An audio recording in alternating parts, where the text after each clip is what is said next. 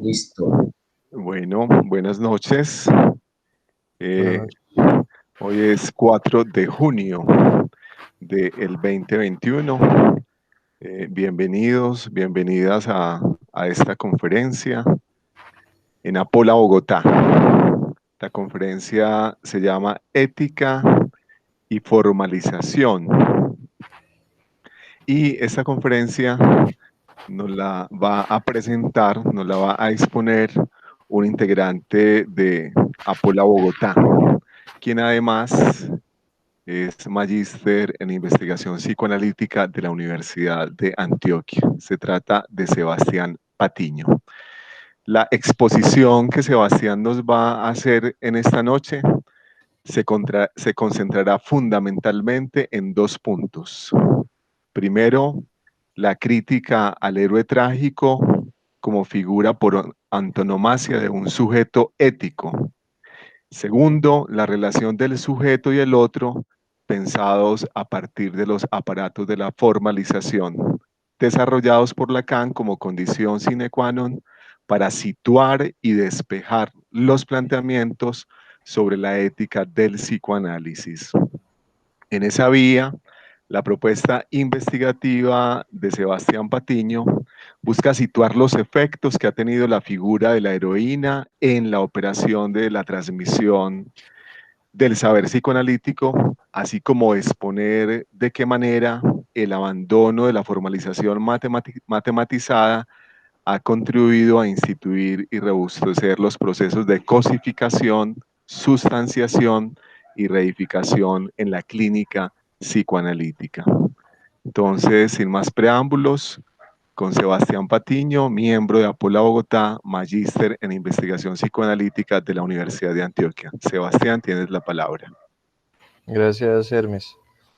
Suena bastante ambicioso eso que lee Hermes. Entonces, básicamente haré el esfuerzo de estar a la altura de lo que me propuso y bueno, creo que partiré por lo siguiente y es reconocer que este trabajo, esta propuesta, que para mí todavía se expresa bajo la forma como de una inquietud, nace quizá como algo no tan inédito y me refiero a que llego a esa inquietud, a ese interrogante, por la vía de un trabajo, que algunos de ustedes ya les he comentado que estuve abordando en algún punto, de Alfredo Eidelstein. Es un trabajo que tiene ya más de 20 años, ¿sí? Entonces creo que en esa medida lo novedoso vendría por el lado de las lecturas con las que cotejo esta propuesta que él arriesga para ese entonces. Y como tal, se trata de eso, una propuesta para pensar la ética del psicoanálisis, teniendo en cuenta precisamente que en este caso el interés mío va a ser señalar esa lectura lacaniana de una manera crítica. Más no pienso concentrarme en la historia como tal, en su profundidad, ¿sí? de la heroína griega que es planteada por Sófocles, o tal como es planteada por Sófocles. Entonces lo voy a leer, es un texto que he preparado y espero, como dice Geo, que sean filosos, porque de eso se tratan también los encuentros acá y el espacio. Entonces, como decía Hermes, serán dos objetivos los que perseguiré. El primero, esa crítica a la figura de Antígona como héroe trágico que se instituye como la orientación y el paradigma de lo que viene a ser un sujeto ético. Y segundo, la relación del sujeto y el otro, con mayúscula, pensados a partir de lo que implicaría en un principio renunciar a los aparatos de formalización, quizá más que a que hacer una lectura desde la formalización de estos aparatos que propone Lacan, porque es esto a lo que se ha abocado Alfredo en este curso que realiza para este año que les indico, un año entero dedicado precisamente a analizar esta obra bajo la luz de estos dispositivos. Entonces yo lo que alcanzo a hacer es a leer qué efectos tiene esta hipótesis de trabajo que trae Alfredo con relación a Antígona, y eso, ese propósito, porque me interesa indicar de qué manera también Antígona, la lectura de Antígona, al menos la que se ha hecho, tiene efectos realmente considerables para pensarlos a la luz de la práctica clínica psicoanalítica que nos compete, que nos concierne hoy en día. Entonces, eso porque ese acto analítico, podríamos decirlo, se ha hecho coincidir en la práctica, y digo yo, pues una lectura descuidada, ¿sí? O peor también, por una lectura que ni siquiera se ha realizado con la acción del analizante. Entonces, acto analítico y acción analizante por otro lado, haciéndose coincidir. Y de esa manera yo creo que lo que sucede es que esa cuestión de la ética se eleva a un estatuto de juicio moral sobre lo que hace o deja de hacer un individuo. Con lo cual, lo que se ha hecho es tomar relevo de la concepción de los modernos, para quienes la ética es sinónimo de moralidad, o como diría Kant, de razón práctica, cosa que por lo demás no está muy alejada en términos conceptuales de lo que planteará Hegel en la fenomenología del espíritu, al afirmar que el orden ético consiste esencialmente en la decisión inmediata. Entonces, digamos que con Kant, ética del juicio, con Hegel, ética de la decisión, que son perpetuadas en los marcos del saber psicoanalítico y que ponen y lo son ni siquiera explícitamente, eso es lo más preocupante, y que por ende para mí promulgan una continuidad entre dos epistemologías radicalmente diferentes, así como la de Freud y la de Lacan, que eso va en la vía del trabajo en Apola del año anterior sobre la desambiguación. Entonces, una continuidad entre esas dos epistemologías para designar con la noción de sujeto al paciente, cuando precisamente de manera obstinada el esfuerzo de este último autor, de Lacan, recayó en advertir que el sujeto adviene en esa articulación entre el sujeto y el otro. Pareciera entonces que lo que Lacan en el Seminario 17 llama una dictadura del saber racional, o lo que denomina también el discurso de la conciencia, se abre paso en un aleteo trémulo, pero siempre firme, en el corazón de la práctica analítica, un saber racional que se encarga primordialmente de reprimir el saber mítico. Bueno, por ejemplo, con relación a esto, en el Seminario 17, Lacan sostiene que el inconsciente es la ruina de ese saber mítico. Cosa que me parece fundamental, porque si ese debate sobre la ética del psicoanálisis es desdeñado, para mí no podrá correrse otra suerte que la de imponerla como una nueva y ciega moral, o como una tesis filosófica, por ejemplo. Y así erigirse en signo inequívoco de un rechazo por el acceso a la concepción del sujeto como inmixción de otredad, que es la propuesta que yo quiero rescatar de este trabajo que menciono de Alfredo, ¿sí? Que es un trabajo, como repito, de hace 20 años, ¿sí? Que cosa por lo demás para mí increíble. ¿Por qué? Porque desde hace 20 años aparece ya esta propuesta de inmixción de otredad, y ni siquiera implícita o tangencialmente, ¿sí? Me parece desarrollada y a profundidad, y es un desarrollo que en nuestro ámbito, incluso dentro de Apola, ha venido apareciendo como una gran novedad. Eso da cuenta, a mi parecer, también de lo que ha sido una lectura descuidada, o de lo que cobra auge, y de las propuestas que se han hecho al interior de Apola, y de esas otras que se dejan de lado.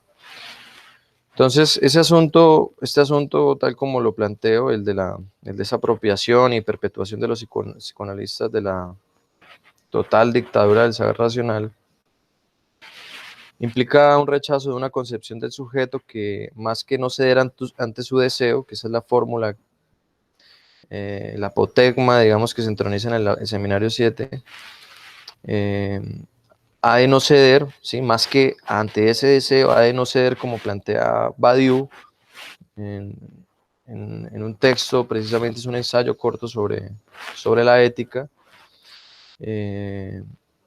ha de no ceder ante lo que Badiou llama su propia captura por un proceso de verdad. Y esa idea puede pensarse desde aquello que Lacan llama el dinamismo del trabajo de la verdad, que se asienta en un postulado repetido, pero no muchas veces comprendido con respecto a la función del significante, que es el que todo puede significarlo salvo a sí mismo. Entonces ahí para mí, esta relación, esta propuesta, digamos, de la ética con relación a los procesos de verdad, y eso que Lacan llama ese dinamismo de los trabajos de verdad, nos pone en los andarribeles ya no precisamente de una ética del juicio o de la decisión, sino precisamente en una ética propiamente del psicoanálisis, tal como lo propone Lacan.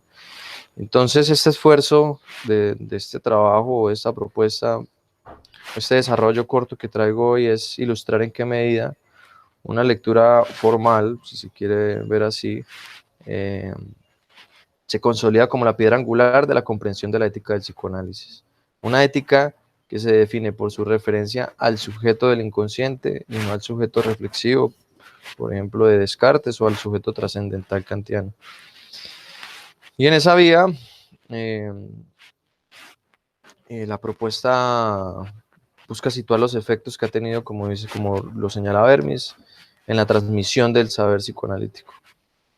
Y ahí aparecen estas cuestiones del robustecimiento de los procesos, también que mencionaba ahorita Hermes, de cosificación, sustanciación y reificación, que no son lo mismo, y que son nociones que han encontrado desarrollos realmente profundos en la filosofía, que parecieran no advertirse, ¿sí? Son formalizaciones filosóficas también que no han encontrado, digamos, una pregunta aquí en el ejercicio de la práctica clínica. Entonces, esa crítica del héroe trágico la voy a plantear de la siguiente manera. A propósito del análisis desarrollado por Lacan en torno a la Antígona de Sófocles, extraigo una pregunta por los efectos que ha tenido, como decía ahorita, la figura en la transmisión del saber psicoanalítico con relación a, por ejemplo, lo que es la dirección de la cura. Y arriesgo, para mí, es una respuesta tentativa, y es que la manera en que Lacan presenta su análisis de esta obra hace de la misma un sendero sin los mayores reparos para ceder ante una psicologización de la ética del psicoanálisis. Y esto porque Antígona es tomada principalmente, no como parte de una historia, sino como un actor principal, una individualidad que a partir de su accionar permite vislumbrar las vicisitudes del deseo. Y bueno, hay todas las lecturas que se han propuesto contemporáneas sobre la Antígona como el héroe trágico y como la figura que orienta el deber ser de un sujeto ético. Y de ahí lo que se desprende es una idealización de su accionar, ¿sí? Entonces, ¿qué implica eso? Que su muerte, la muerte trágica de Antígona, resulta el paradigma de validación de lo que, mejor dicho, de lo que avala el sacrificio del neurótico, ¿sí? En la medida en que se idealiza al héroe. Entonces, desde allí, yo subrayo que en el acápite de la dimensión trágica de la experiencia analítica, por ejemplo, en este seminario, el seminario 7, Lacan afirma que ese pasar sin dejar huellas de Antígona se puede pensar a partir de la siguiente fórmula. Es una fórmula muy conflictiva porque la propone también con relación a Edipo. Él dice en griego, mi finé, que quiere decir antes bien, no ser. Con relación a esto dirá, cito, abro comillas, Esta será la preferencia con la que debe terminar una existencia humana, tan perfectamente lograda que no muere de la muerte de todos, a saber, de una muerte accidental, sino de la verdadera muerte, en la que él mismo tacha su ser. Esa vendría siendo la verdadera muerte. Entonces, pregunto, ¿es este el paradigma de una existencia humana perfectamente lograda? Estas dos sentencias aparecen en esta cita. La pregunta alcanza su punto culminante cuando consideramos que se trata de una problemática que se ofrece a una lectura vertiginosa, las más de las veces contradictoria, por parte de quienes transitamos el camino de la formación analítica. El punto de contradicción reside en el hecho manifiesto de promulgar una ética que en todas sus aristas dista de una moral, porque eso es con lo que uno se encuentra. Cuando se empieza a definir la ética del psicoanálisis, dicen, esto no es una moral, pero en esa misma operación de su inserción dentro del marco de la práctica psicoanalítica, pasa a consolidarse como una orientación imperativa, desprovista de cualquier cuestionamiento o puesta en suspenso a la hora de poner en juego el valor conjetural aplicable a, a esta hipótesis del héroe griego como insignia del sujeto ético. Entonces, cuando se habla del brillo de Antígona, para mí se desdeña la posibilidad de pensar esa referencia a Antígona, y esto es algo que en lo que Alfredo concentra su análisis, no como la individualidad, sino como la obra. ¿Sí? Es decir, el brillo que solo se alza sobre una superficie que contempla toda la trilogía del ciclo tebano. Entonces, todos los elementos que componen el material significante, a partir del cual es posible situar un sistema sincrónico lógico, desde el cual el brillo, el deseo, los bienes adquieren un valor, ¿sí? En función de ese sistema sincrónico lógico. Y esa lectura, que Alfredo llama una lectura formal de Antígona, es lo que para mí resulta una propuesta novedosa. En la medida en que ahorita lo mostré un poco más adelante, diversos autores, y no pocos, han abordado esta misma tragedia de Antígona, sin rescatar o sin proponer algo similar. El problema es,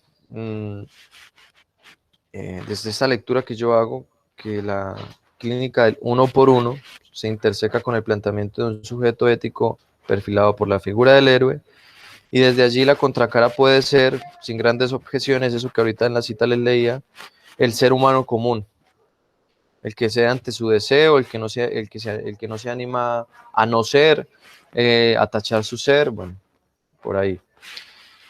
Recuerdo en ese punto ese aforismo lacaniano, por ejemplo, repetido hasta el hartazgo, que dice: la única cosa de la que se puede ser culpable es de haber cedido en su deseo. Eso lo encuentran también en este mismo Seminario 7. Con ello se abre una problemática muy aguda y embrollada, que es la de la culpa y la responsabilidad.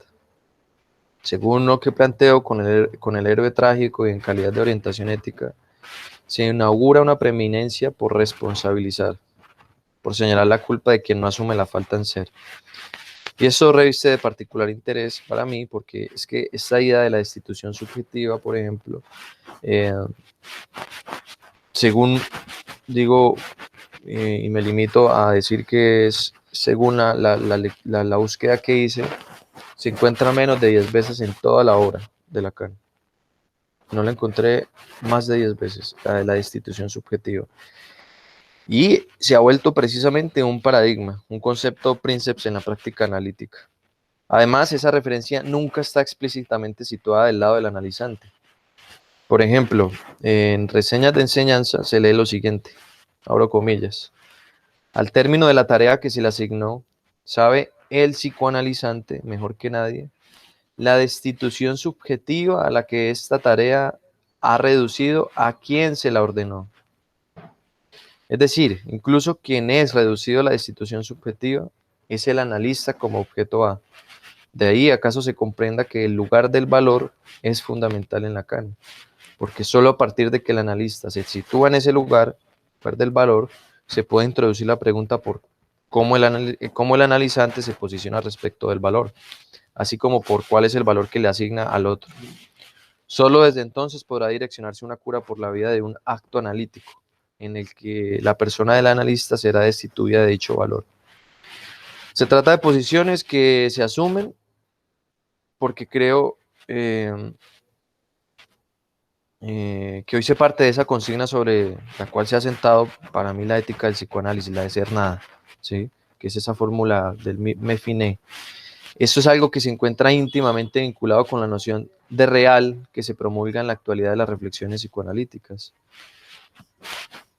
En resumen, o de manera muy sintética, el estatuto real es ser nada, ¿sí? Ser una mierda, por utilizar palabras coloquiales. O si no, por ejemplo, lean a Zizek. Hay dos textos, bueno, en muchos textos se encuentran estas referencias, pero por ejemplo, hay un texto que él titula Goza tu síntoma, y allí él habla de la separación entre el punto de identificación ideal y cito, el paso masivo de nuestra presencia fuera de la representación simbólica. El peso masivo, disculpe. El peso masivo de nuestra presencia fuera de la representación simbólica. Ustedes siguen esa idea y ese peso masivo va a ser una mierda. ¿Sí? Nada, nada. De allí que diga con relación a Antígona, que si, Zizek también tiene un texto sobre Antígona, dedicado a Antígona, y él a propósito de ella dice que su pasión es encarnar la pulsión de muerte en estado puro. Él habla en ese desarrollo, va a rescatar de una manera vehemente la función o la sublimidad de la soledad trágica de Antígona. Y en otro texto, por ejemplo, el desierto de lo real, dirá que, a propósito de lo real lacaniano, que la cosa a la que se enfrenta Antígona es eso, lo real. Y a eso se enfrenta cuando viola el orden de la ciudad, al exceso que él nombra batailiano, y eso lo va a llevar a hablar de la pasión por lo real, una pasión de Antígona por lo real. Más adelante él se pregunta, ¿tenemos por lo tanto que rechazar la pasión por lo real? Desde luego que no. En la medida en que una vez que lo hacemos, aún estoy en la cita de Zizek, la única actitud que nos queda es la de negarnos a ir hasta el final, ¿sí? Entonces, ir hasta el final es ese encuentro precisamente con la nada. Esto es muy, muy nihilista. Yo creo que esas de las cosas que encuentro en Badiou, en este ensayo que les mencionaba sobre la ética, muy preciso, ¿sí? Muy fino en el sentido de que desarrolla esta idea del nihilismo con relación a la ética, ¿sí? Tomando a Nietzsche para decir, ¿de qué se trata entonces? ¿De qué pareciera que se trata esta ética así formulada?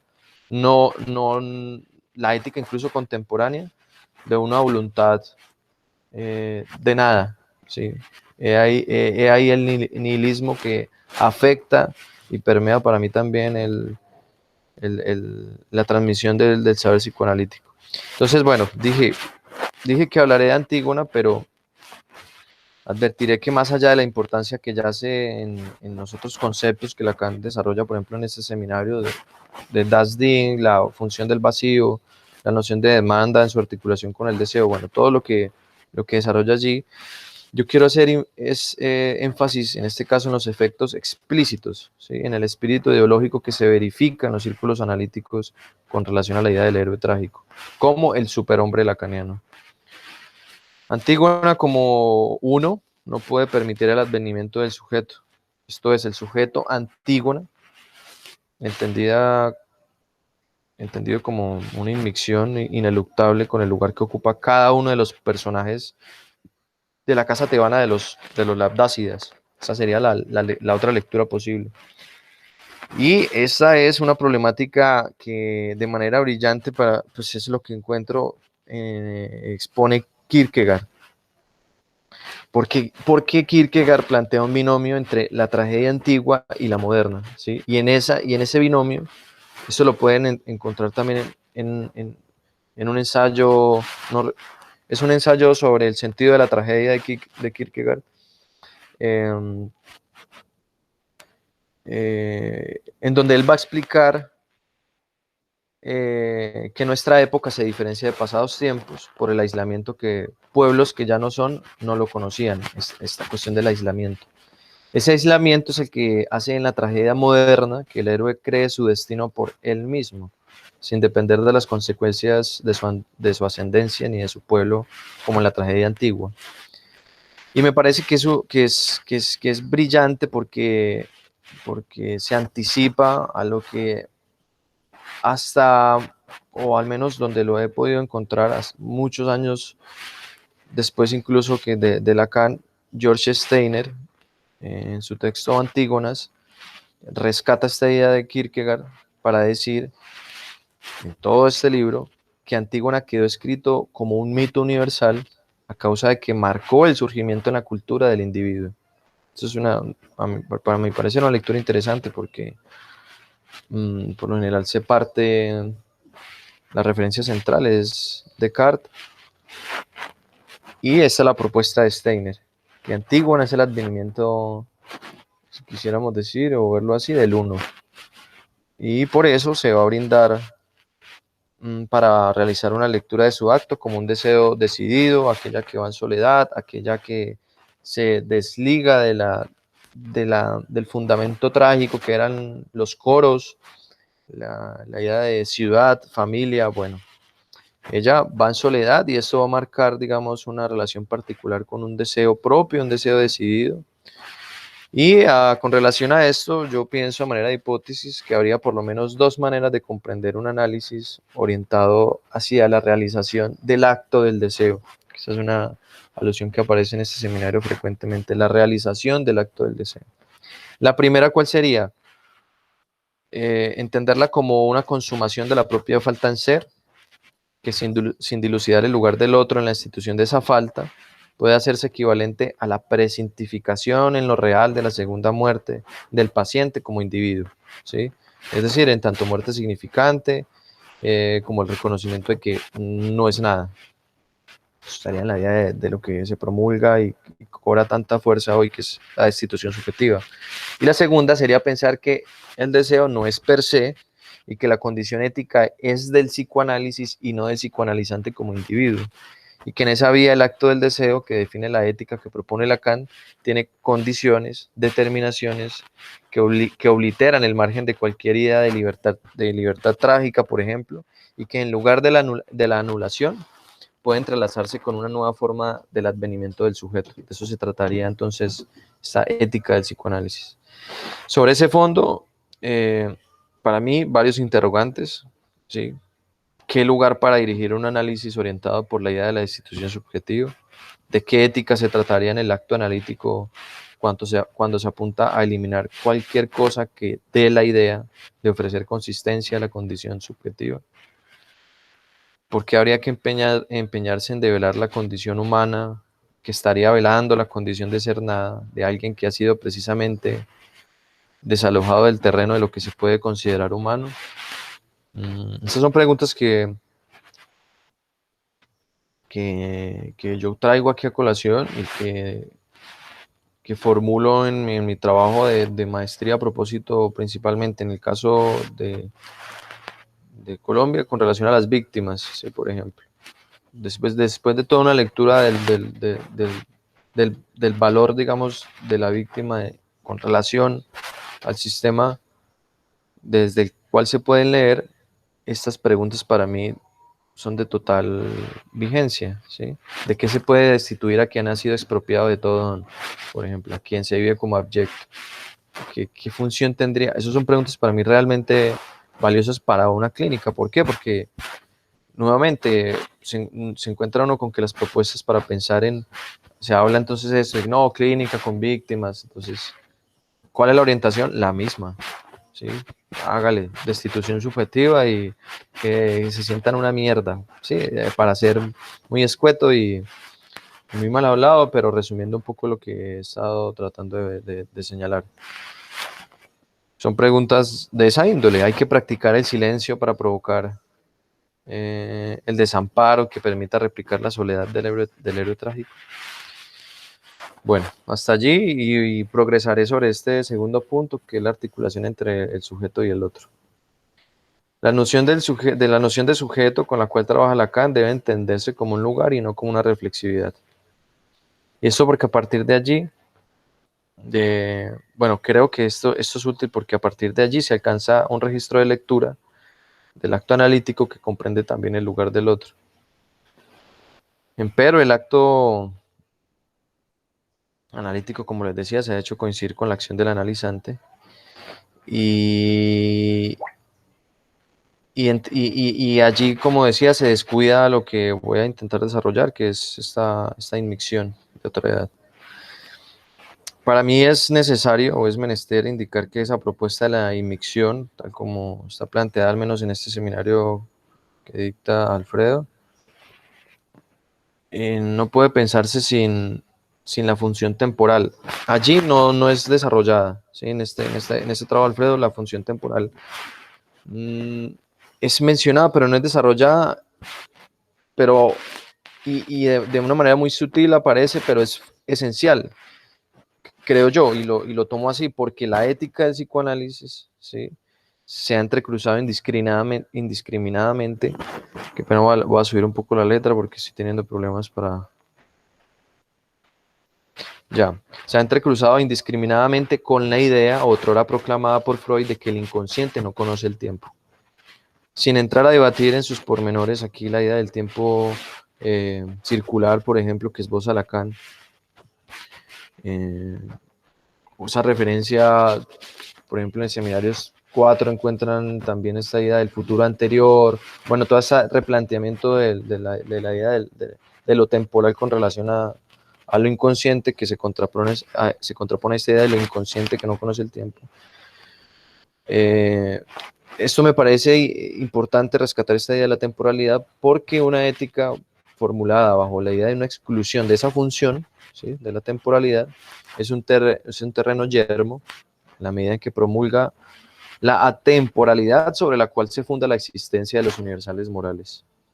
Eso va a ser la condición de lo moral, ¿sí?, su aplicación bajo la idea de un no tiempo. Y esa moral es una moral del más allá, ¿sí? Por eso es posible, porque no opera esa función temporal. Y una ética, por el contrario, que tiene por condición el tiempo, nos permite puntualizar esa diferencia que, como decía ahorita, se menta, pero no se logra situar en términos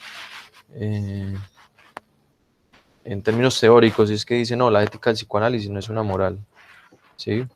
Pero, ¿qué vendría a ser entonces lo que la distingue de esa moral? Para mí, las respuestas ya sea en esta puntualización del tiempo.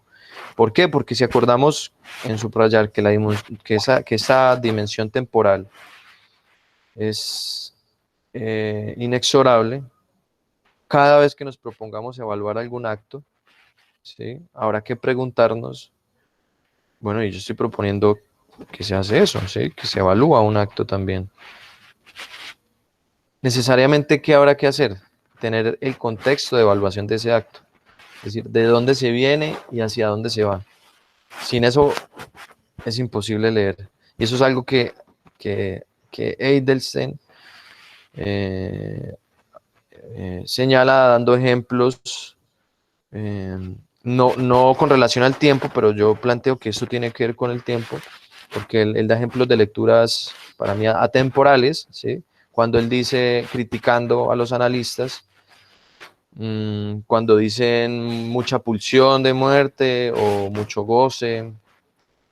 Esas son sentencias que se ponen en juego precisamente sin un marco temporal, ¿sí? Pues con relación a esa ética, nosotros exigiríamos más bien, es lo que considero, que pulsión de muerte, goce, resistencia, etcétera, respondan a esa pregunta, ¿sí? ¿De dónde es que se venía y hacia dónde se iba? Como para entender eso de lo que se trata. Si no, esto vienen a ser sentencias vacías que no tienen ninguna operatividad lógica dentro de un,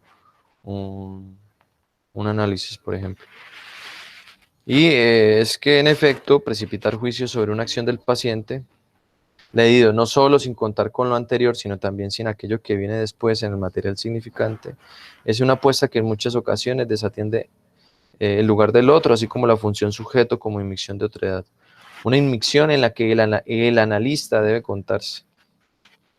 Esta lectura de la temporalidad es algo que creo que alcancé a esbozar medianamente en la presentación que realicé el año pasado, y ya por allí encontraba ese punto de articulación, ¿sí? que fueron los desarrollos formales que realiza Lacan en torno a la carta robada, ¿sí? Sobre esta función del tiempo con relación al sistema tripartito y al sistema cuatripartito. Ahí creo que alcanzaba a desarrollar mejor la idea del futuro anterior. Pero bueno, entonces, por eso es que aquí he querido tomar esta lectura de Antígona, para hacer manifiesta la forma inusitada con que se presenta la teorización del sujeto del inconsciente, abanderada por Lacan, como una continuación de la idea del inconsciente expresada y fundamentada por Freud. La subversión del sujeto introducida por Lacan supone elidir cualquier idea de una individualidad como punto de referencia o percha en donde se cuelga una identidad. Sin embargo, la fuerza de este planteamiento se ha visto supeditado a la consideración freudiana de un aparato psíquico que se define por unas propiedades espaciales íntegramente diversas a las que propone Lacan, y bueno, eso creo que en el curso que presentó y desarrolló Carlos quedó muy de manifiesto. Y esa, por ejemplo, a partir de este desarrollo que hace Carlos, para mí nace esta inquietud, ¿sí? Por el carácter inmanentemente ético que se pone en escena en la concepción de un aparato psíquico, por ejemplo. Y lo que me resulta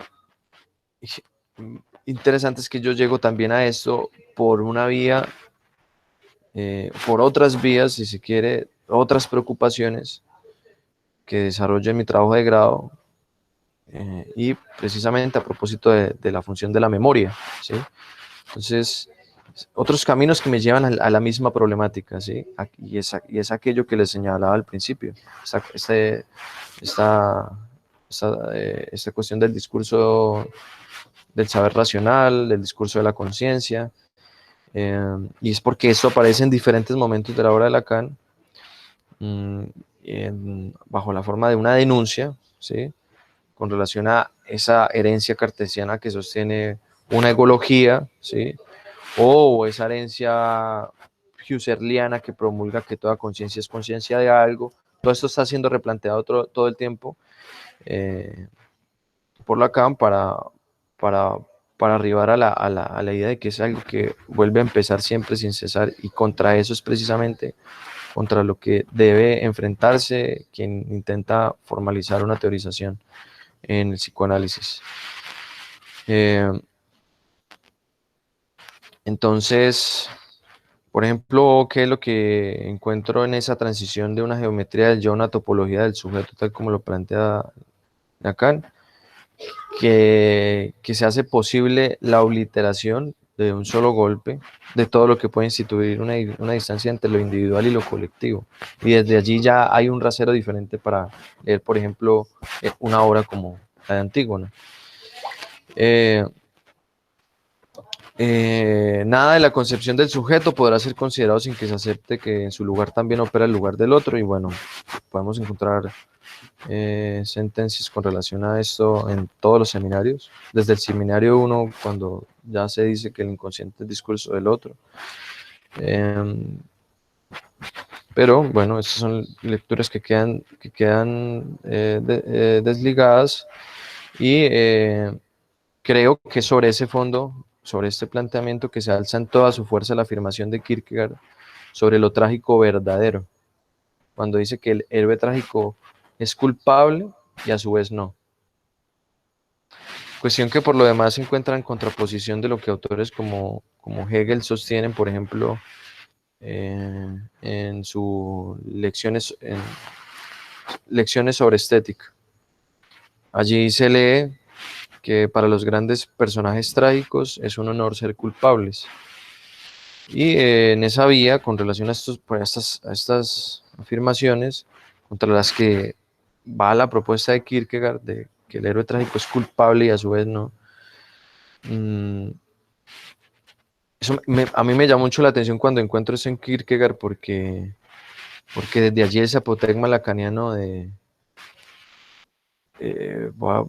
qué pena, creo que está por acá en una referencia, yo lo tengo. Ese apotegma lacaniano que reza así, él dice, o esa afirmación, propongo que la única cosa de la que se puede ser culpable, al menos en la perspectiva analítica, es de haber cedido en su deseo, o de haber cedido en el deseo.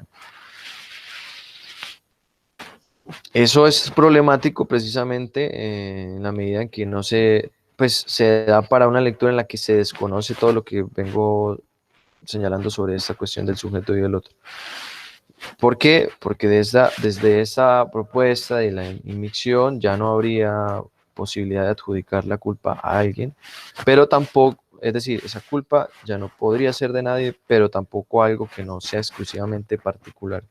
Pero esa particularidad es subyacente, digamos, a lo que una estructura permite con relación al ejercicio de una lectura de interpretación.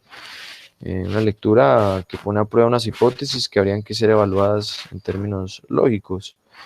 Y este tema yo lo dejo esbozado aquí, pero sería interesante revisarlo a la luz de lo que dice Lacan, porque ahí encuentro muchas contradicciones que ambiguan precisamente estas propuestas. Es algo que sostiene Lacan sobre Hamlet, porque él dirá con relación a Hamlet lo siguiente, dice, su acción no es la acción de Edipo, pues la acción de Edipo apoya la vida de Edipo y lo convierte en el héroe que es antes de su caída, en la medida en que no sabe nada. Dice, Hamlet, por otro lado, es culpable desde el momento en que entra en el juego, culpable de existir. Bueno, ahí aparece toda una idea de la culpabilidad, desarrollo que ameritaría ser desarrollado. Pero bueno, ¿cómo dilucidar esto que en principio se muestra una aporía? ¿Sí? Esto que señala Kierkegaard, ser culpable y a la vez no, sin que en el mismo esfuerzo se obligue a una suerte de reducción a la individualidad reinante de nuestra ideología contemporánea. La respuesta a dicho interrogante se halla por la vía de la propuesta de Lacan, quien al tomar como referencia, y esta es una pregunta que expresada de otra manera también trabaja Alfredo en formalizaciones matematizadas, la respuesta también, o el planteamiento es tomar la topología en la medida en que ésta introduce una modificación en esa concepción espacial de lo inconsciente.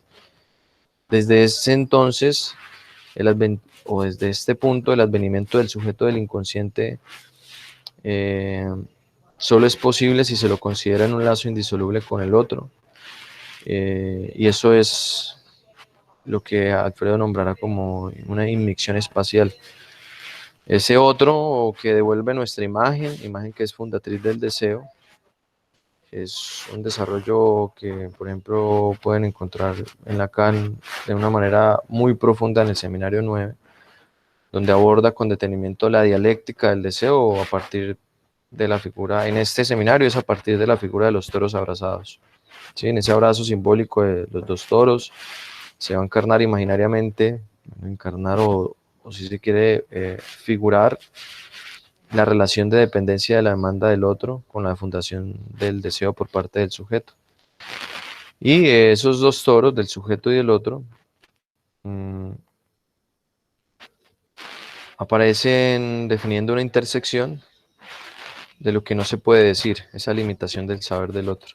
Y esa figura topológica va a servir en este seminario, para el seminario 9, para ilustrar el hecho de que el deseo debe y no puede constituirse más que en la tensión creada por esta relación, ¿sí?, entre el sujeto y el otro. En ese sentido, se discierne en qué punto el otro, y abro comillas, cito a Lacan, el gran otro ya está allí en cualquier apertura, por fugitiva que sea, del inconsciente. En función y campo del lenguaje en psicoanálisis, él dice con relación a esta figura, dice, un centro exterior al lenguaje es más que una metáfora y manifiesta una estructura. Esa estructura es diferente de la espacialización de la circunferencia de la esfera, en la que algunos se complacen en esquematizar los límites de lo vivo. De querer dar una representación intuitiva suya, parece que más que la superficialidad de una zona, es a la forma tridimensional de un todo a lo que habría que recurrir, en virtud de que su exterioridad periférica y su exterioridad central no constituyen sino una única región. Es así como esa idea de centro exterior ha de ser adosada a la noción capital del psicoanálisis lacaniano de sujeto dividido, para comprender así el verdadero alcance de tal división. La división no es entonces interna, algo así como el sujeto dividido en dos partes, una inconsciente y otra preconsciente, sino entre él y su exterior, el otro, pero que le es central. Lo que me interesa subrayar en este punto es que el sujeto requiere siempre al menos de dos instancias. Es imposible concebir la subjetividad con una sola persona, porque teniendo, yo me pregunto, subjetividad con una sola persona, ¿cómo leer a Antígona como hija, por ejemplo? ¿O cómo leerla como hermana? ¿Sí? Entonces, con relación precisamente al lugar y al valor que se instituye en ese sistema, por ejemplo, que lo decía anteriormente, que compone el ciclo tebano de los Labdácidas. ¿Sí? Esa es un poco la lectura que propone Alfredo y que me parece interesante porque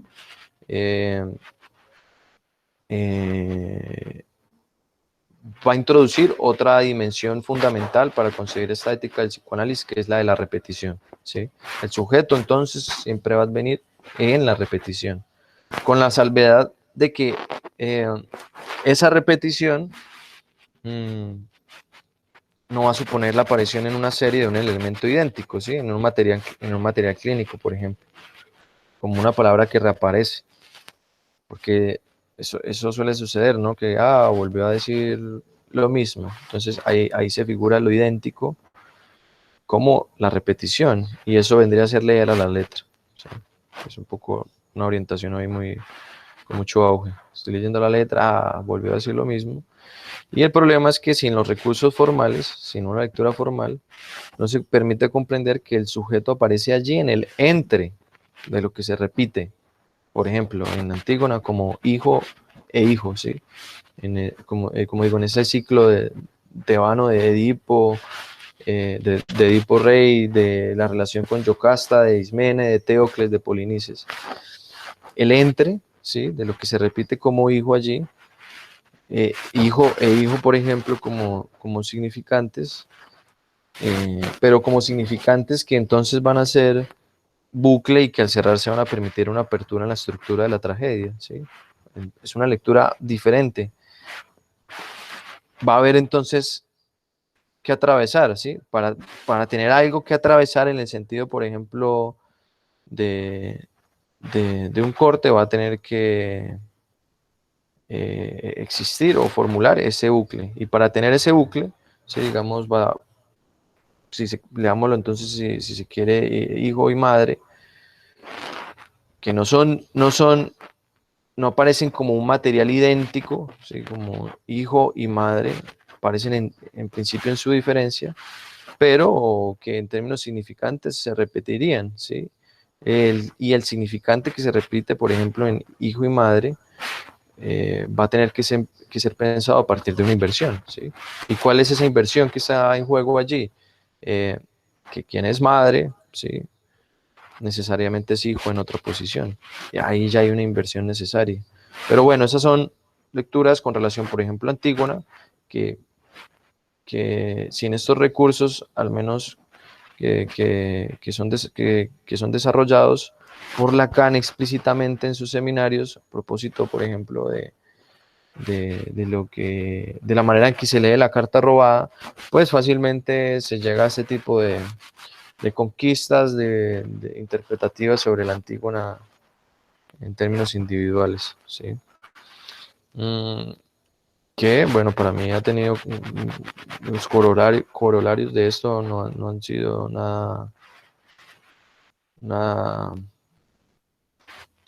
correctos para una propuesta clínica. Bueno, yo iba a comentar esto desde la carta robada, pero creo que que me voy a extender demasiado, entonces voy a adelantarme un poco y voy a hablar de esta historia más bien, o sea, o pensar más bien la cuestión de Antígona, la tragedia sofocleana, como una historia que tiene valor de mito, ¿sí? En esa medida, pero precisamente porque el mito radica en eso, en la repetición. Y eso es algo que también voy a dejar señalado porque me parece interesante, porque recobra, digamos, el valor de lo que propone Levi-Strauss en torno al mitema, ¿sí? Todo mito, dirá él, se va a caracterizar por ser una estructura, y si es una estructura, como él lo postula, va a tener dos propiedades: elementos discretos y relaciones entre ellos. Entonces el mitema va a ser la repetición, un haz de relaciones que se repite. Eso es, no lo desarrollo, lo dejo allí, pero es un binomio que es interesante entre el del mitema y el matema. Y bueno, porque, por ejemplo, con relación a eso encuentro algunas propuestas de topólogos como Vapereau, ¿sí? que, que van en contravía del matema, ¿sí? Dicen el matema no sirve para nada. La forma de... Bueno, pero este es otro tema, ahorita lo podemos discutir si quieren, o si... Sí, porque es un topólogo, un matemático, diciendo que básicamente rechazando la matematización. Eso es interesante. Pero habrá que ver también qué es entonces lo que propone, ¿sí? Con relación, por ejemplo, a la escritura. Y introduciendo allí la literatura nuevamente. Pero bueno, hay una filósofa eslovena que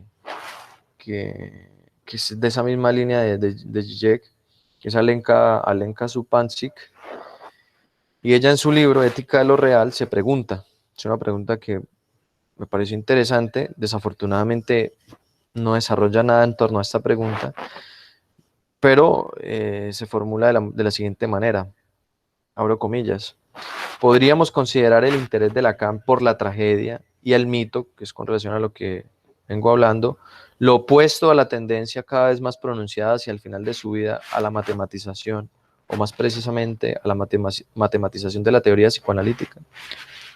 Podríamos oponer el mito y la tragedia disfrazados de fábula a la precisión científica de fórmulas y de matemas.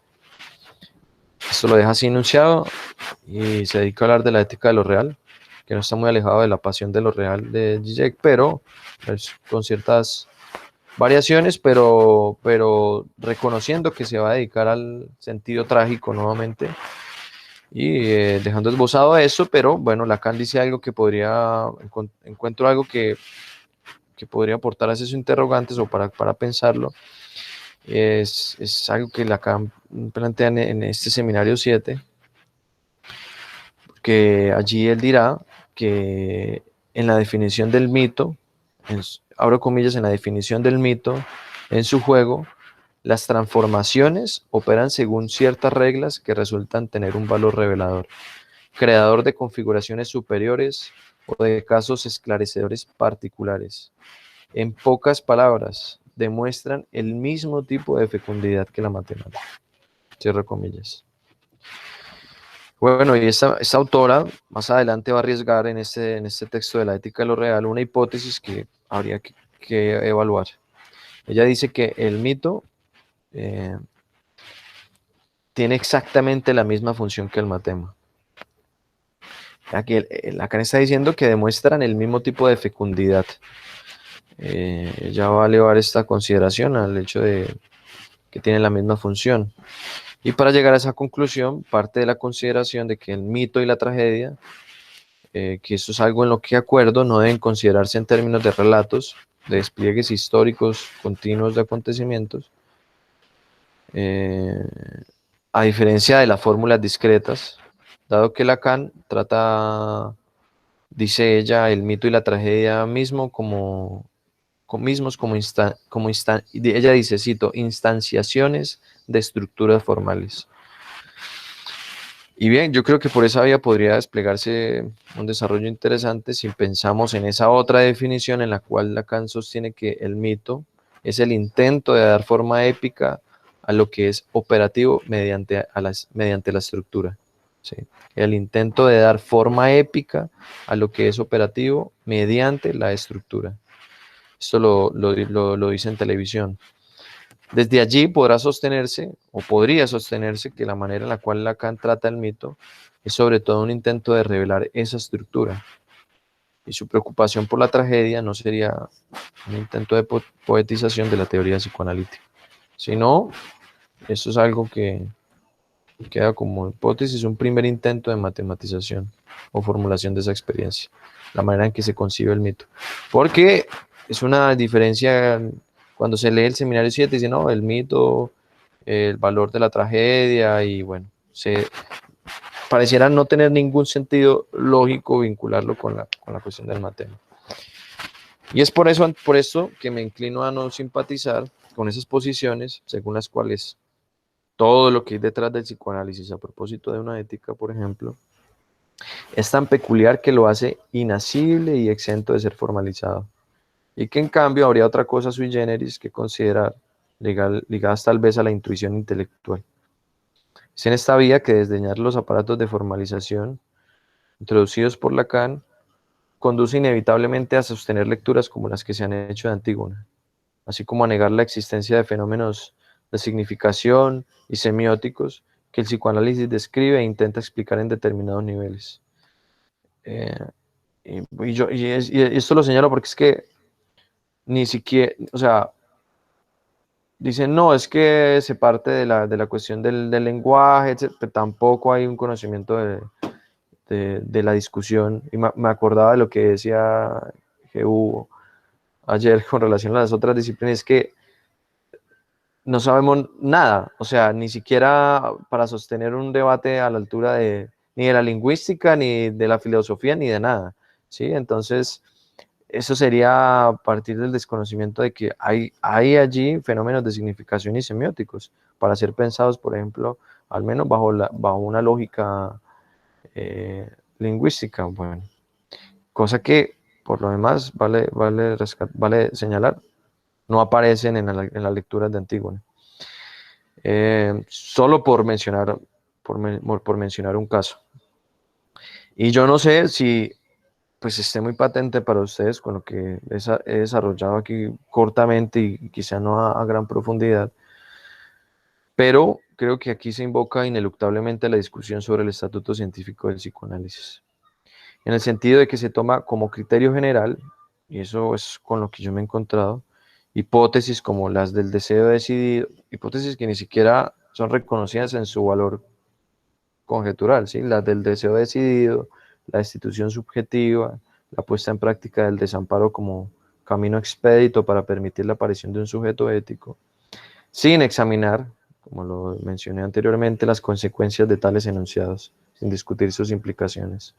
Es en ese sentido que para mí hablarles hoy de una manera muy escueta de ética y de formalización, que es un título que yo creo que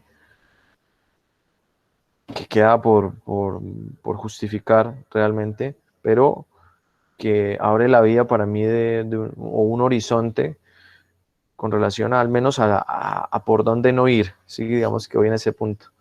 Y más señalar esta, el horizonte hacia nuestra puesta de trabajo en la pola, creo, de manera mancomunada. Y yo en esa apuesta sostendría 5 elementos, ¿sí? Que revisten de gran interés la propuesta de un psicoanálisis que parte de un programa de investigación científico. El primero sería el antidogmatismo, ¿sí? Reconocer que los principios de las teorías son tentativos y conjeturales, y que por ello también esa lectura que aquí arriesgo y que desarrollo a partir de lo que propone ya Alfredo hace 20 años, no podrán tampoco ser tomadas como verdades absolutas y eternas. Segundo, la idea de la perfectibilidad, ¿sí? Es decir, considerar, tal como lo he señalado, que hay teorías mejores que pueden suceder a las que para nosotros comportan toda actualidad, y me refiero, por ejemplo, a Steiner, que, que incluso la misma lectura de Lacan la considera insuficiente, ¿sí? Y que propone esta cuestión un poco del nacimiento del yo a partir y de la individualidad a partir de esta concepción trágica moderna. Son cosas que para mí indican la posibilidad de la perfectibilidad de una teoría.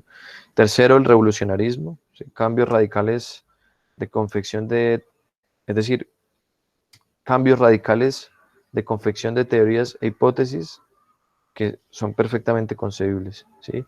Y que en esa vía es que yo encuentro la propuesta de Alfredo sobre la inyección de otredad.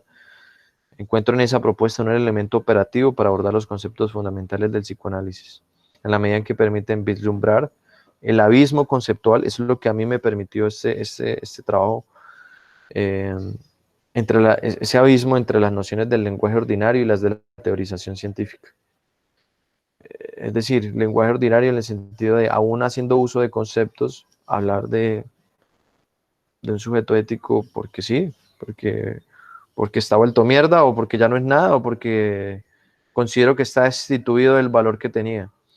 Y cuarto, yo dije cinco, creo que no, nunca llegué al quinto.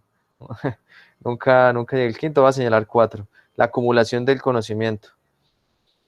Eh, en un sentido negativo, y es el de que las teorías e hipótesis refutadas están definitivamente descartadas como soporte de la práctica analítica. Y con relación a lo anterior, creo que podría articularse una ética posible en el psicoanálisis, apoyada sobre las formalizaciones. Y hay algo que dice este autor, Vapero, que rescato, con relación a la función de lo formal, más precisamente de la fórmula, cuando dice que la función de esta, sí, de la fórmula, eh, no solo dice él, de las algebraicas, sino también de los aforismos, si está bien formulado el problema, es siempre la misma solución la que se encuentra. No se trata de salir de la fórmula, sino de dar cuenta del fantasma, sin salirse, pero formulándolo. Tiene un efecto de resolución. Ahí hay ahí hay todo un problema, porque él después de esto va a decir que no está a favor de como decía ahorita, la formalización de las matemáticas, porque eso tiene que ver con la forma, y eso remite a Leidos, y que ahí hay una traducción errónea y que más bien habría que pensar en las formas simbólicas y bueno, todo para justificar nuevamente la relación entre lógica y poesía, pero, pero es precisamente aquí con relación a esto que me parece fundamental lo de la formalización, y es que lo, formulándolo, ¿sí? También se llega a ese efecto de resolución, ¿sí? Así es como se va a resolver entonces un problema, ¿sí? En el sentido de que a partir de ese momento uno también va a estar resuelto, ¿sí? Uno va a estar decidido, porque aun cuando no se entienda todo, se va a saber con qué se las tiene que ver, que es que para mí es realmente el problema o lo que suscitó toda esta interrogación sobre la cuestión ética, por ejemplo, en un análisis, es que no sabemos con qué, o sea, eh, esbozamos toda una teorización, pero no tenemos ni idea de con qué no las tenemos que ver porque no sabemos formalizar precisamente cuál es el problema que allí se presenta. Eh, entonces, bueno, yo voy a dejar acá mmm, para que conversemos y bueno, este es el breve desarrollo que he logrado hasta ahorita, revisando, como digo, nuevamente este trabajo de Alfredo, pero yendo un poco más allá a las teorizaciones también que se han realizado en torno a Antígona, ¿sí? Como autores no poco prestigiosos como Zizek o esa misma Supancic, eh, y contrastándolos, por ejemplo, con lecturas para nada novedosas como las de Kierkegaard, que para mí creo que aportan algún elemento. Entonces, bueno, muchas gracias a todos y por escuchar y por permitir aquí el espacio y pues ojalá hayan repercusiones del trabajo. Sebastián, muchísimas gracias. Muy provocadora tu exposición hoy en esta conferencia sobre ética y formalización. Abrimos entonces el espacio para la conversación, para el diálogo, preguntas, inquietudes, debates. Eh, pueden alzar la mano. levantar la mano. A ver, yo miro por acá si veo el orden de quienes. Nadie levantó. Jebo, esa que se habla, Evo. tiene cara de que... Pero Ah, ahí está la mano. no había levantado la mano, yo también la voy a levantar El enseguidita. filo Evo, tiene que aparecer por algún lado, no, por no puede algún quedar en lado. palabras. Mucho cuidado, Sebastián. Pero no, cuidado, Jehú, porque ya dijimos que Sebastián está tan bien preparado para esto. Dale, Jehú. Sí, bien, esta vez no levanto la mano, sino el puño. No, no, no. Ahora nada, muy interesante, Sebastián. Muchas gracias. No había tenido la oportunidad de escucharte tan ampliamente. Me parece un trabajo muy bueno, muy revelador en algunas cuestiones que,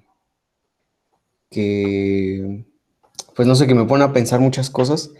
Y son varias situaciones, serían muchas, pero bueno, voy a tratar de reducirlas a tres. La primera sería la cuestión de que sin duda está mucho en juego esta parte se le llama el reino de la razón, ¿cómo se le llama de otra manera? El reino de la razón, el reinado de la razón, bueno, donde se supone que hubo una época en la historia de la humanidad que fue en la que fuimos racionalistas, ¿cierto? Y entonces esos fueron garante de Descartes y bueno, ya conocemos todo esa perspectiva que se tiene y que es muy popular. Y yo me pregunto, ¿realmente, tú qué piensas de esto? ¿Realmente crees que hubo un periodo en el pensamiento del hombre en el que fuimos verdaderamente racionalistas? Es decir, en el que se apostó por la abstracción y se le dio este lugar casi omnipotente. Me parece que no. Me parece que si uno va a esos trabajos a los que se señalan como que la dictadura de la razón, el reinado de la razón, el periodo racionalista, uno encuentra muchos altibajos y en donde aquellos que resaltan la razón o la abstracción fueron relegados. Me parece que sería como el mismo error que decir que todos los griegos en la época de los presocráticos o los socráticos pues eran, ¿no?, lógicos. Entonces todo griego era un lógico y entonces había la tiranía, la dinastía o el reinado de la razón. Me parece muy curioso que se identifique ese periodo como tal. Y bueno, tú también lo rescatas de Lacan, ¿no? Como si hubiera una época en la historia en la que nosotros pensábamos que con nuestro ego todo lo podíamos racionalizar, solucionar y que básicamente ya hasta los cráneos, ¿no? Debieron de haber los bebés nacido con cráneos más grandes porque pues era una época en donde, bueno, eso por una parte.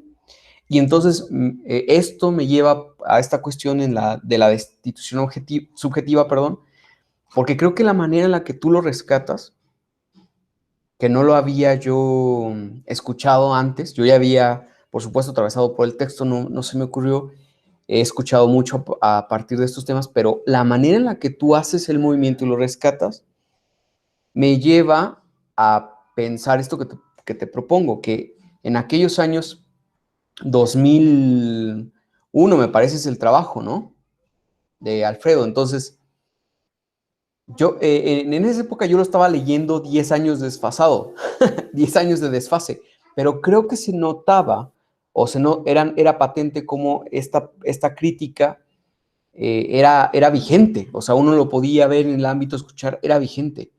Ahora te propongo que ese es el camino para donde creo que ya no se trata de destitución subjetiva como tal, porque antes como que sí, el psicoanalista maestro no te contestaba, te ponía 9, como lo dice incluso en el trabajo de Alfredo, ¿no? Te ponía 9 para que te destituyeras subjetivamente y no te creyeras tal, y entonces dice, por ejemplo, la crítica de Alfredo, bueno, entonces a Messi no le vamos a decir que es el mejor del mundo, porque pues no, hay que destituirlo subjetivamente. Entonces uno podía ver como estos movimientos, pero creo que pasó de ser destitución subjetiva, que implica lo que bien señalaste, ya no soy nada, soy una mierda, y un tercer momento, por así decirlo, en el que entonces, por consecuencia de este camino, digamos, de ideología psicoanalista o en psicoanálisis, pasamos entonces por lo tanto, ya no sé nada, y si tú sabes, estás en este engaño, ¿no? O sea, te hace falta destitución subjetiva. Yo no sé nada, no hay que saber nada, que creo que es el periodo en el que nos encontramos ahora. Que entonces ya no es yo soy una mierda solamente, eso ya quedó tácito. Entonces, soy una mierda que no sé nada. Entonces, si al que diga que algo sabe, pues ya sabemos lo que implica, ¿no? Es dogmatista, se posiciona como amo, etcétera, etcétera, etcétera. Entonces, con ese movimiento también se elimina esta parte de saber algo. Entonces, uno está bien que vaya a una presentación y uno diga, es que yo, pues no sé nada. Yo soy un tonto, yo vengo aquí a hablarles, yo no, realmente... y es, creo que lo que nos embota en esta cuestión de lo que tú dices también, que señalas muy bien, de la teoría como de fondo. Luego, concuerdo con la cuestión que dices sobre el tiempo, creo que el tiempo es crucial, y quisiera que si lo has pensado, que me dijeras si lo has pensado, porque si pudiéramos tomar como inicio del trabajo escrito de Lacan el tiempo lógico y el acerto de su certidumbre anticipada, aunque es del fechado del 46, si no me equivoco ahorita, él ahí pone el dedo sobre el tiempo.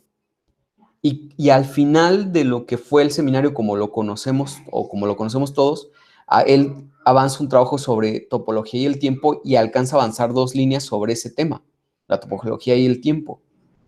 Entonces, por las cuestiones de salud, creo que se quedó corto, no alcanzó a desarrollar, pero sería también esta parte de que él de verdad no lo alcanza a desarrollar como tal, pero que está la cuestión del tiempo, y entonces tomar el tiempo de manera topológica. Hay trabajos muy interesantísimos. Yo alcancé a hacer, o intenté más bien hacer un avance sobre esa vía, sobre el tiempo topológico, pero creo que es patente en esta sección que te hago, ¿no? El tiempo lógico, que es muy temprano, y topología del tiempo, que ya es como que lo último.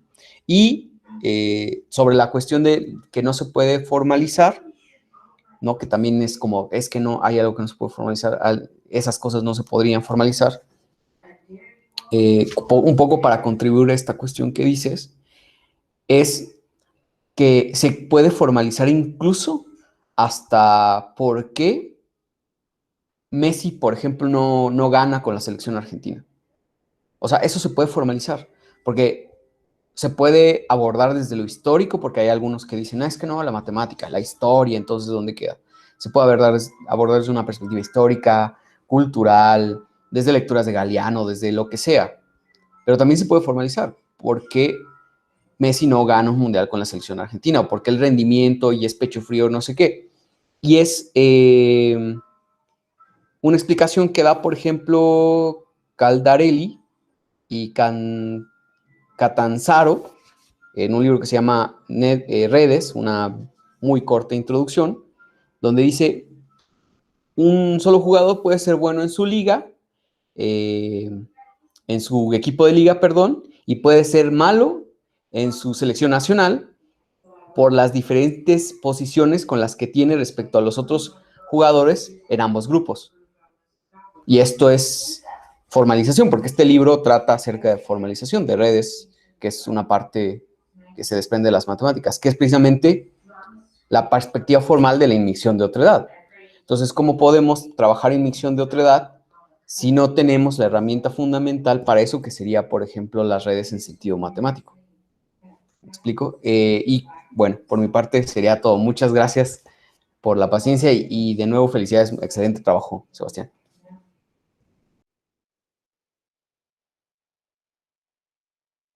Gracias, Geo.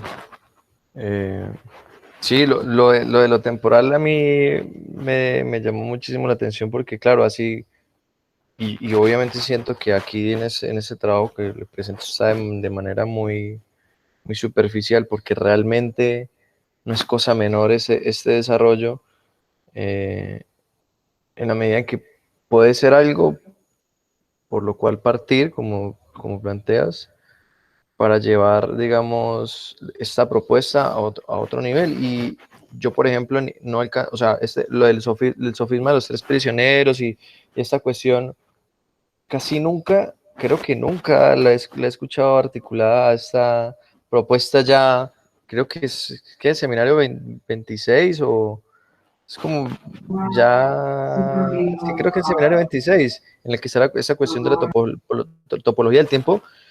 Y lo más interesante es que, por ejemplo, Vapero estaba ahí, ¿sí? Hablando precisamente de estas cuestiones del tiempo y sabiendo que es de los pocos que podía lograr, digamos, la transmisión de esta función temporal. No encuentro este desarrollo en su propuesta tampoco, ¿sí? No puedo declararme un experto en mapero, pero al menos sí he revisado varios textos y, por ejemplo, esta cuestión de la temporalidad desde la topología, se dice conocedor de la topología, claramente hace desarrollos topológicos, pero la cuestión de la temporalidad no aparece desarrollada. Entonces, yo me quedaría corto para decir de qué manera podría o desde dónde habría que empezar a tomar la temporalidad, pero evidentemente podemos al menos considerar que ya hay un sustento teórico del cual partir, ¿sí? Y que una vez más señala el atraso en los riesgos teóricos que hemos podido tomar con lo que ya hay, eh, o sea, a sabiendas de que estamos diciendo, oh, qué chévere sería pensar esto, después de cuánto tiempo, sí, o sea, después de cuánto tiempo, cuando precisamente, como les decía ahorita en el desarrollo de la exposición, es algo que yo encuentro con una lectura, sí diría atenta, del trabajo de Alfredo, muy explícito, ¿sí? Si en esta cuestión del tiempo no podemos trabajar, bueno, entonces pensémoslo, ¿sí? ¿Por qué implicaría entonces trabajar con la relación del tiempo y los antarribeles sobre los cuales nos ubica? Y lo de la... Pero sí, Perdón sí. que te interrumpa, y es que precisamente, por ejemplo, la cuestión que está en juego en el tiempo lógico que no he escuchado ni he leído que se rescate esa parte porque es completamente intuitiva, es que Lacan dice, y bueno, ahí hay un problema, ¿no? Porque no se sabe si es, bueno, yo no sé, y es un trabajo que me excede, no sé si es original el texto, si luego en la edición del 66 lo cambió, me excede, pero confiando que en la fecha Lacan rescata ahí en esa fecha que en el tiempo reside la cuestión de que un fenómeno, un hecho de lo real de los lacanianos, pase a ser significante. O sea, el tiempo es lo que hace que el fenómeno pueda ser significante y por eso se trata de lógica. Y entonces en el 53 va a decir, bueno, por eso el psicoanalista no se debe de extraviar en los hechos. Y viene el experimentum mentis y viene todo lo demás. Digamos que es por eso que te lo mencionaba. Uh-huh. Y lo otro que mencionabas, pues creo que el problema radicaría precisamente nuevamente en tomar estas citas del discurso del saber racional, ¿sí? El discurso de la conciencia, etcétera, como fórmulas históricas, porque precisamente, al menos en este seminario, porque de ahí es que principalmente las extraigo, el seminario 17, en ningún momento están definidas a partir de un momento histórico, como diciendo, es que el saber racional compete a estos autores, ¿sí? Nuevamente, incluso cuando dice, no, Descartes, pero pues está señalando es precisamente, nuevamente, la estructura de los planteamientos y con relación a la estructura, cómo subyace un problema del saber y la verdad que es novedoso, ¿sí? Pero un problema del saber y la verdad que no podemos decir, desde tal punto con estos teóricos aparece el problema del saber y la verdad y antes no había el problema del saber y la verdad. Yo al menos lo leo así, porque claramente cuando me voy a la historia, o por ejemplo tomo algún autor como Riquet, por ejemplo, me voy a encontrar ese es precisamente con alusiones al totalitarismo de la razón, instrumental, etcétera, pero desde una versión precisamente fenomenológica y ontológica de la historia, en la que sí se sitúan y se delimitan claramente tiempos para decir, no, es con Husserl que aparece esto claramente, y bueno, es con Pascal que también sucede esto, pero con relación al menos a este discurso, o sea, yo lo pensaría así, porque me dejas pensando, cómo estas afirmaciones se sostienen sobre esa idea de discurso nuevamente, ¿sí? Y es un seminario en el que todo el tiempo va a estar señalando que esta noción de discurso no tiene un origen, ¿sí? No interesa en pensar ningún origen, que el problema del amo ni siquiera está planteado desde una problemática del origen, ¿sí? Sino que precisamente la relación del amo castrado, por ejemplo, que es uno de los apartados de este seminario, bueno, y ni siquiera es el nombre que le pone Miller, pero es la problemática del amo con relación al significante, o sea, no debe remitirnos a la localización de una figura que sea el amo, ¿sí?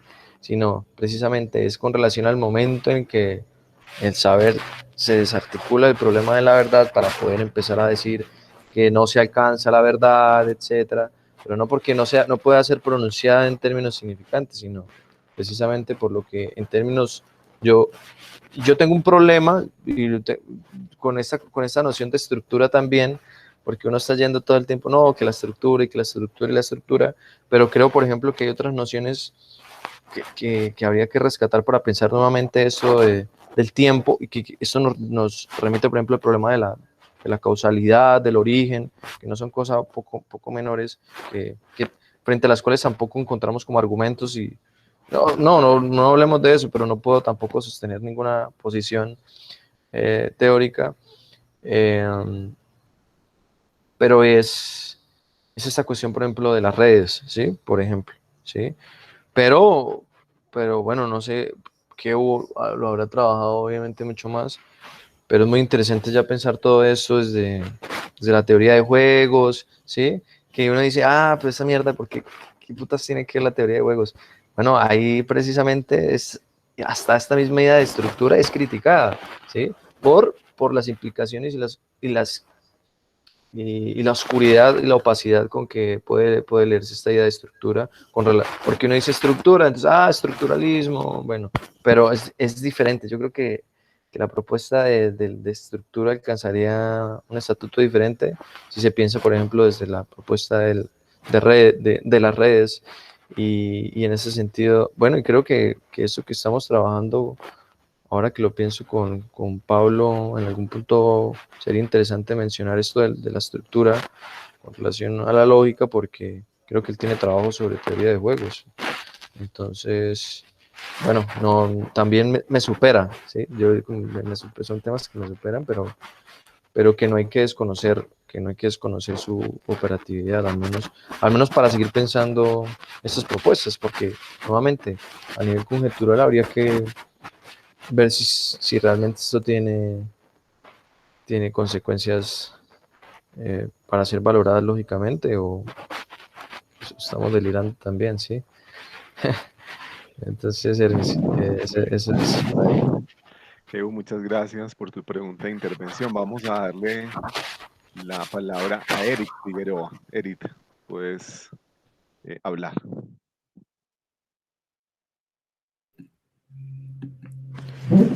Hola, muchas gracias, Sebastián, por la presentación, muy interesante. Y quería comentar dos cosas, un comentario y una pregunta, ¿no? Bueno, me gustó mucho el recorrido que hiciste, varios autores, ¿no? De pronto pensé en Zizek y lo mencionaste, en Supansik también está muy interesante esa relación. Y bueno, el comentario va en algunas cosas que coincidí contigo y otras no tanto, ¿no? Por ejemplo, cuando mencionas esta parte de la posición de ceder al deseo y la destitución subjetiva. Bueno, algo que ya había pensado también yo, ¿no? En el seminario 7 respecto a esa posición del deseo, ¿no? Como podría ser un poco contradictoria en la concepción de un sujeto que no es un individuo, ¿no? Y ahí al centrar en la cuestión del deseo también se me hacía problemático, como tú lo expusiste muy bien, ¿no? Pero me llamó mucho la atención también cuando mencionas que estos dos aspectos, ¿no? Lo del ceder al deseo y la destitución subjetiva, es algo que a ti te llama la atención y que sería interesante examinar las consecuencias, dijiste casi al final, ¿no? Y que al menos es por dónde no ir, ¿sabes? Como por dónde no ir más o menos. Yo creo que eso es algo que me gustó mucho en el sentido de que para mí habla de una posición ética, ¿no? Y aquí entramos quizás un poco en diferencias, ¿no? Para mí la posición ética habla de también una acción que es deseable, de una que no es deseable, ¿no? De una idea de bien, también que es ahí el problema, ¿no? Es algo que se nombra también en el seminario 7, la idea de bien, pero una posición crítica, ¿no? A mí me pareció que tu lectura del seminario 7 y la dirección de la cura es más bien crítica. Ahorita me corrige si no, pero a mí me parece que también hay cosas rescatables y ahí es donde quizás nos vamos a ir distinguiendo los dos, ¿no? Esta parte que tú mencionas de la psicologización de la ética del psicoanálisis en la dirección de la cura, yo encuentro al contrario de ti ciertas ventajas de leer algunas cosas ahí, ¿no? Por ejemplo, respecto a esto que te decía de tu inquietud, ¿no? De por dónde no ir y esa posición ética, a mí me pone a pensar también en la situación del analista, pero ahora ahí sí yo entro con el individuo, ¿no? Eh, retomando también la lectura de Lacan, de la resistencia, ¿no? Que ya no es del paciente, sino más bien del analista. Y pensando también en la intervención sobre la transferencia, que, bueno, cuando habla de la contratransferencia como alguien que se guía en sus pasiones, prejuicios o en su ignorancia. Entonces yo estoy pensando ahí, desde ahí como una ética de ese analista que está ahí frente a su paciente, que se resiste y inventa cosas en la experiencia clínica y, bueno, se malviaja él mismo, o que actúa como sus pasiones, con su ignorancia o con sus prejuicios, y todo eso lo volca en el paciente, ¿no? Entonces ahí es algo que me llama la atención para tener en cuenta en esta posición ética y que, bueno, en la dirección de la cura está como bien descrito, también si lo tomamos en cuenta en relación con el seminario 7.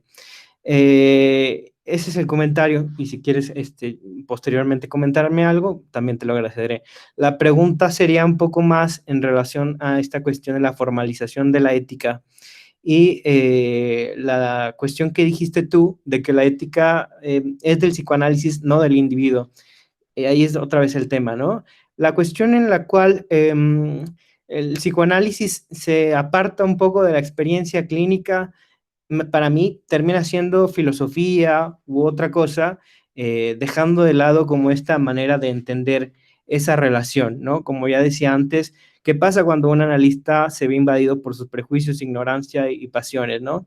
Si quedamos en el plano de la formalización y cambiamos al individuo por matemas, por álgebra, me parece que se vuelve un poco difícil dar lugar a estos otros elementos, ¿no?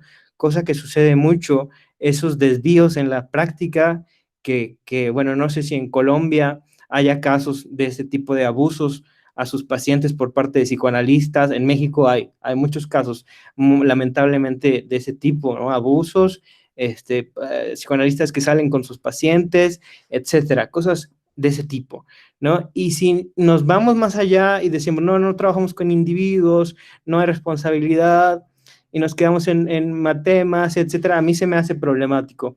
Creo que ahí entraría en conflicto con todos ustedes, o la mayoría, pero para mí hay ciertas dificultades en llegar a esa formalización y despegarnos de la parte de la experiencia que involucra a un psicoanalista que está en la posición de una libertad de hacer o no hacer, ¿no?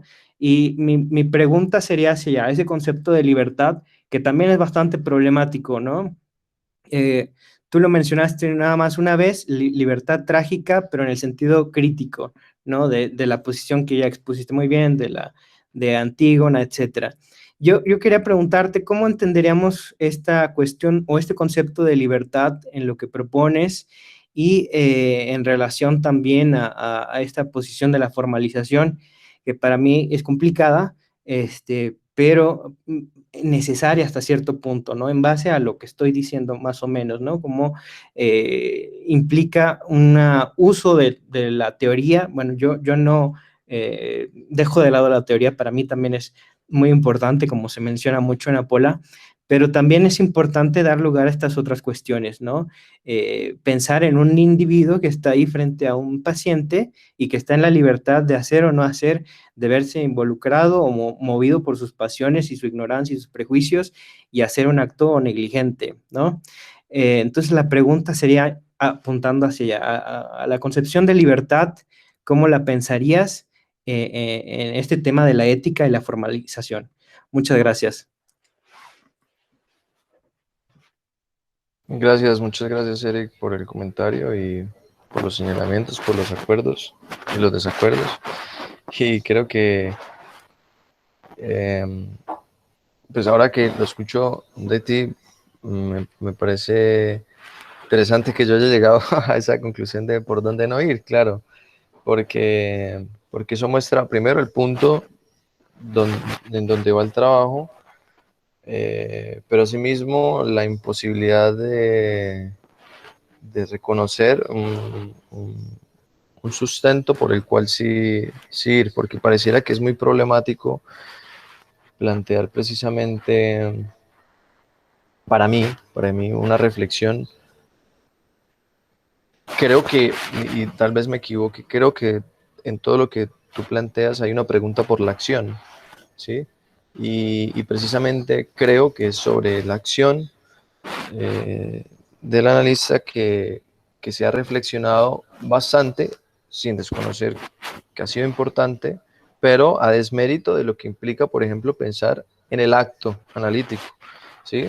Esa diferencia intenté también como subrayarla en algún punto, porque efectivamente esa pregunta por la acción también está presente en Lacan, ¿cierto? Por ejemplo, en este mismo seminario que señalas, que, bueno, y pues en PAI 2 aparece ese título tan llamativo, las metas morales del psicoanálisis, ¿sí? Y precisamente aparece la idea de una moralidad, ¿sí? Porque aparece la pregunta, repito, sobre la acción, ¿sí? La perspectiva teórica y práctica de nuestra acción, ¿sí? Y pues Lacan se va a preguntar, ¿es eso algo que debe reducirse al ideal de una armonización psicológica, por ejemplo? Y creo que ese tipo de preguntas entran en la vida de lo que estás planteando, ¿sí? Que es con relación a la persona del analista. Y esto ya es llamativo, hablar de la persona del analista. Pero creo que efectivamente allí se inaugura toda una reflexión que yo digo, se inaugura para nosotros, ¿sí? Porque realmente desde otras disciplinas ya está planteada, ¿cierto? Que es precisamente desde diferentes posturas, como por ejemplo desde la filosofía de la ciencia se critica el mismo psicoanálisis. Y si bien pareciera no corresponder esa crítica, porque dice, no, estás criticando es la teoría, no, pero es precisamente está criticando la acción de quienes formulan esa teoría, ¿sí? Con relación a la manera en que se formaliza esa teoría. Entonces, yo creo que por eso, y digo, esa sería la propuesta o algo que por lo que entiendo, pues estás un poco en desacuerdo, ¿no? Sí, y me parece valiosa la pregunta de, bueno, entonces, ¿qué función tendría con relación a esa problemática, si se quiere, moral, sobre la acción del analista, plantearse formalizaciones de ese nivel? Y sería precisamente para responder también a algo que también señalas, y es a los meollos con a los que nos vemos abocados en Colombia, en cualquier parte de Latinoamérica, etcétera, y es no poder dar cuenta de lo que hacemos, ¿cierto? Es decir, no poder transmitir a alguien que no lo requiere qué estamos haciendo y cómo lo estamos haciendo. Es decir, cada uno hace deliberadamente lo que se le da la gana. Ahí entraría la cuestión de la elección con relación a una acción y podríamos partir o para mí retornar a eso que en un momento planteé como pues, la razón práctica, ¿cierto?, de un sujeto trascendental.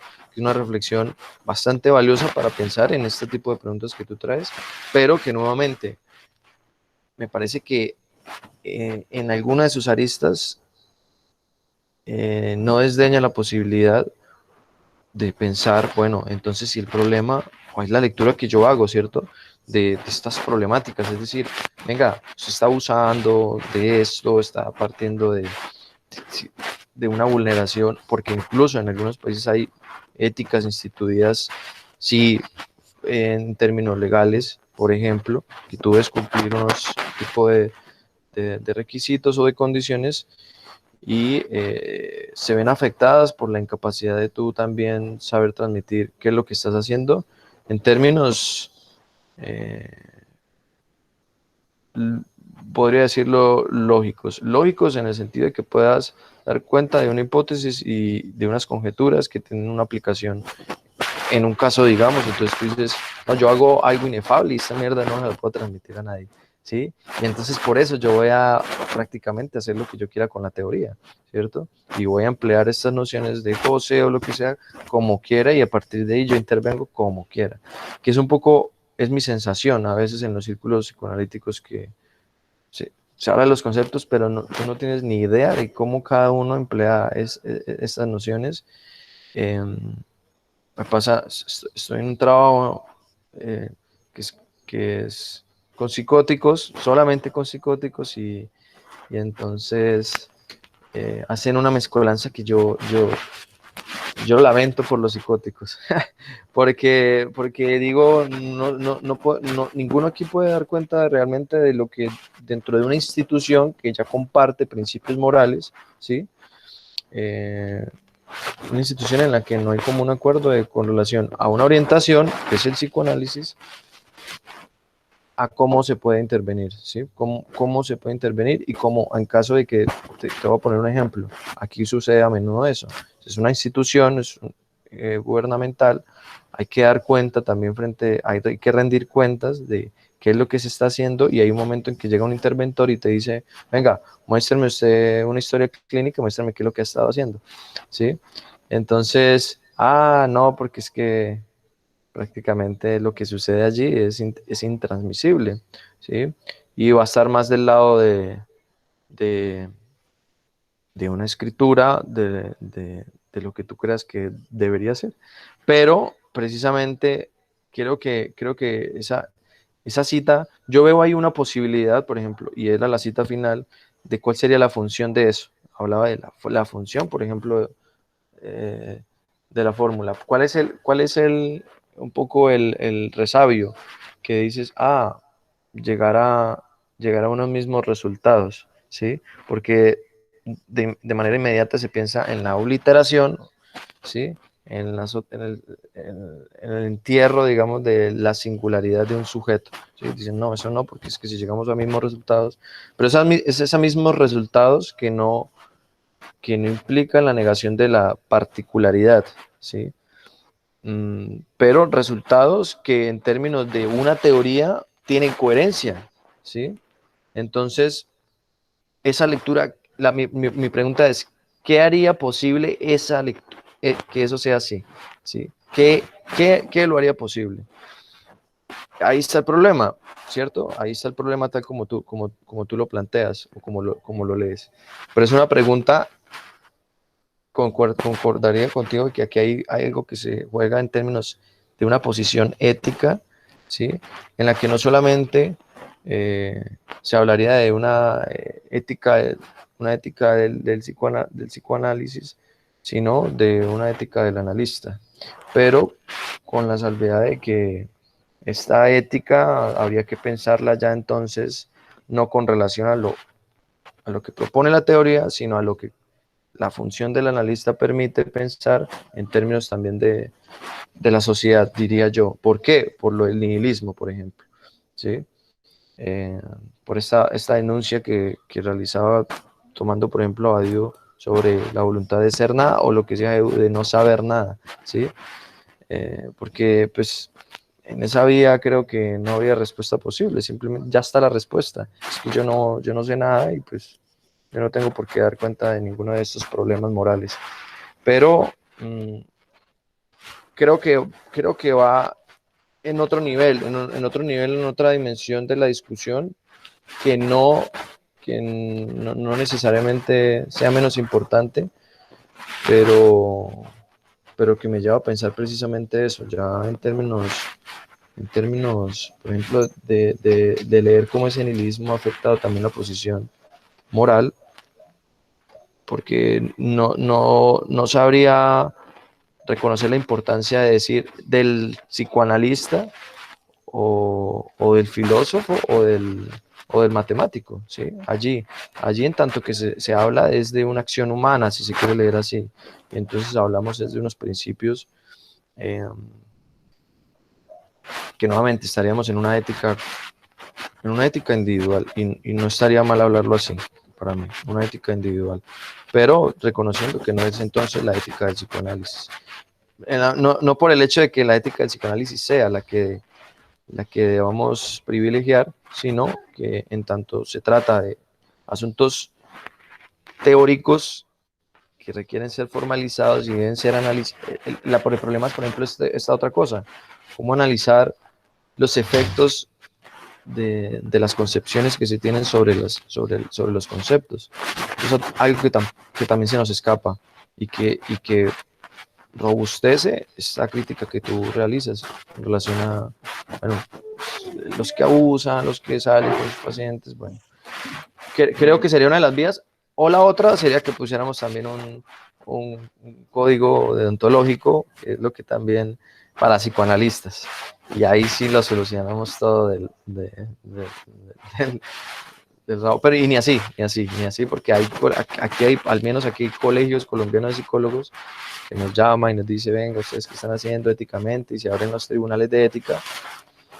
Eso sigue siendo, y no dejan de salir con los pacientes. Entonces, ahí sería ver que en el orden, digamos, de la ley podría instituirse y si eso tendría algún efecto, o si por el contrario estaría más del lado de la misma teoría, de la misma teorización, y de los alcances que esa teorización permite, siempre contando con ese margen